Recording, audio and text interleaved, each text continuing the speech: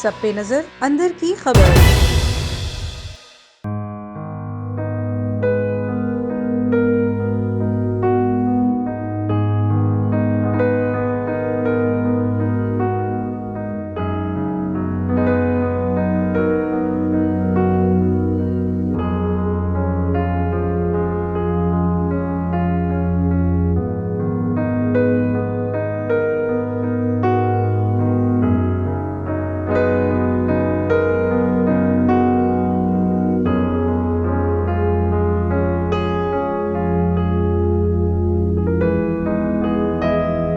अस्सलाम वालेकुम नाजरीन, A1 टीवी स्पेशल रिपोर्ट के साथ मैं हूं मियां अब्दुल बासित और आज बात होगी पसंद की शादियां और बाद में आने वाले उनके नताइज पर।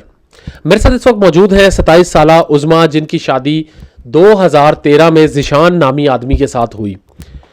इनके 4 बच्चे हैं, जिसमें से 2 बेटियां और 2 जुड़वा बच्चे हैं। सबसे बड़ी बेटी की उम्र 7 साल, उसके बाद छोटी बेटी की उम्र 5 साल और उसके बाद 2 जुड़वा बेटे जिनकी उम्र 4 साल है। अल्लाह ने इनको 4 बच्चों का खूबसूरत जोड़ा जो है वो तोहफे में दिया। लेकिन मैं आपको इनकी ज़िंदगी का थोड़ा सा आगाज़ बताता चलूँ कि पसंद की शादी के बाद जैसे इनकी ज़िंदगी का आगाज़ हुआ, 1 साल तो आराम से बीत गया। 1 साल बाद जब उनकी पहली बेटी पैदा हुई तो ससुराल की जानिब से इनको कड़ी तनकीद का सामना रहा। लेकिन अपने खामंद के साथ एक खुशगवार ज़िंदगी की ख्वाहिशमंद उज़मा ने हर एक अपने साथ होने वाली ज़्यादती पर कंप्रोमाइज़ किया और अपने ख़ानदान को खुशस्लूबी के साथ चलाने का फ़ैसला किया।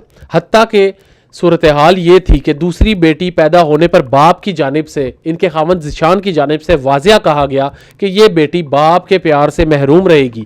उसके बावजूद ये अपने खामंद के साथ निभाती रही, अपना घर किसी न किसी तरीके से चलाती रही।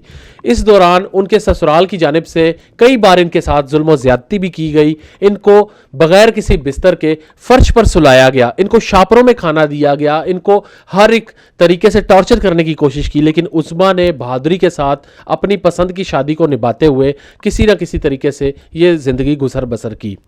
उसके बाद उज़मा के यहाँ 2 जुड़वा बच्चों की पैदाइश हुई। उज़मा ने समझा कि शायद उसकी ज़िंदगी में कुछ बेहतरी आएगी, लेकिन बावजूद इसके आज वो अपनी माँ के घर बैठी है और इस बात को भी 2 साल से ज़ायद का अरसा गुजर गया। इस पर मज़ीद बात करेंगे उज़मा से कि क्या उन्होंने किस किस्म की इनको सख्तियों का सामना रहा, इन्होंने अपनी ज़िंदगी में क्या कुछ दुख देखे और अभी उन्होंने मुस्तकबिल में क्या फ़ैसला किया जो इनके 4 बच्चों के लिए भी बेहतर होगा और इनके लिए भी।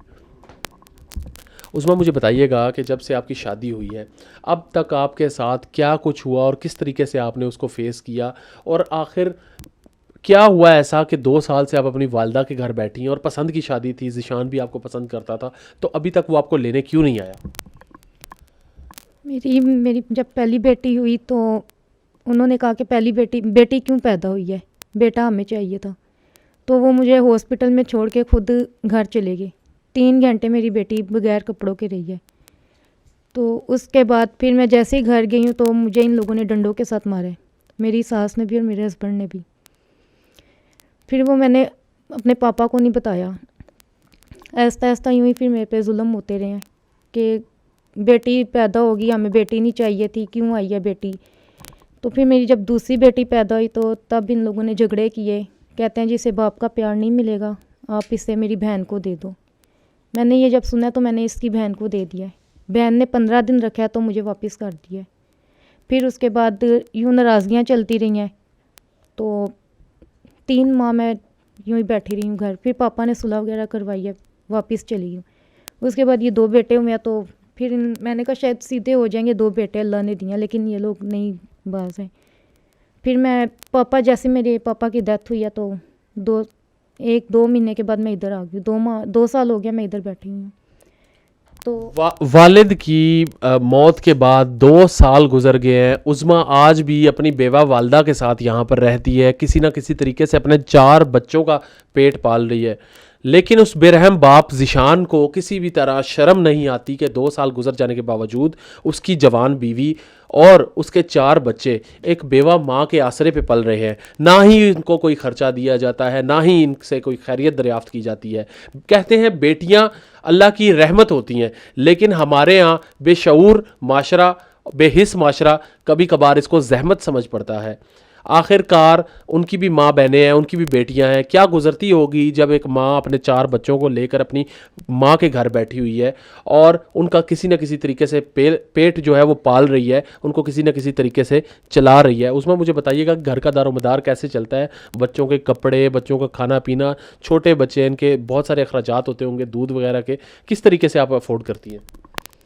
मेरी मम्मा करती हैं, उनको अल्लाह पाक ज़िंदगी से तंदुरुस्ती दे, सारा कुछ वही करती हैं। अगर अल्लाह ना करे मेरी मम्मा को कुछ हो गया, मुझे कोई भी नहीं पूछता यहाँ पर। मैं अपने हस्बैंड से कहती हूँ मेरा सामान बनाए, खर्चा दे, वो कहता है मैंने नहीं बनाना, जाओ जो केस करना कर लूँ, मुझे नहीं परवाह। केस का जब आपने बताया तो किस तरीके से वो ट्रीट करता है? जिस तरह आपने पहले मुझे थोड़ा सा इन्होंने बताया कि केस को लेकर वो कहता है कि मेरे पर किसी भी अदलिया में मुकदमा चला लिया जाए तो मेरी अप्रोच इतनी है कि मैं आपको आसानी टैकल कर लूँगा, आपको किसी न किसी तरीके से आपसे ये केस में जीत जाऊँगा। इस पर क्या उसने कहा था मज़ीद, थोड़ा सा मुझे बताइएगा। उसने ये कहा था कि मैंने सामान नहीं बनाना, आप लोग जो कर सकते हो कर लो। तो उसके बाद फिर बच्चों के खर्चे का मांगा तो कहता है मेरे पास कोई खर्चा नहीं है, जो आपके दुकान है उधर मैं खर्चा दे दूंगा, आपको नहीं दूंगा, आप पे मुझे यकीन नहीं है।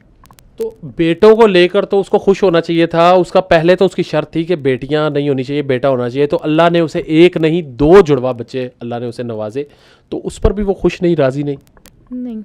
उसकी जो वालदा है वो कहती थी कि इसको छोड़ दो, हम इसकी दूसरी शादी कराएंगे। तो उसकी बहनों ने और उनकी जो वालदा है उन्होंने यूँ जुल्म वगैरह किए हैं। तो बाद में वो जब काम से आता था तो गलत इल्ज़ाम लगाते थे कि ये इस लड़के के साथ सेट है, या बाहर ये बैठती है, कभी उसके साथ बात कर रही, कभी उसके साथ बात कर रही। इस वजह से बस फिर मैं तंग आके अपनी वालदा की तरफ आ गई।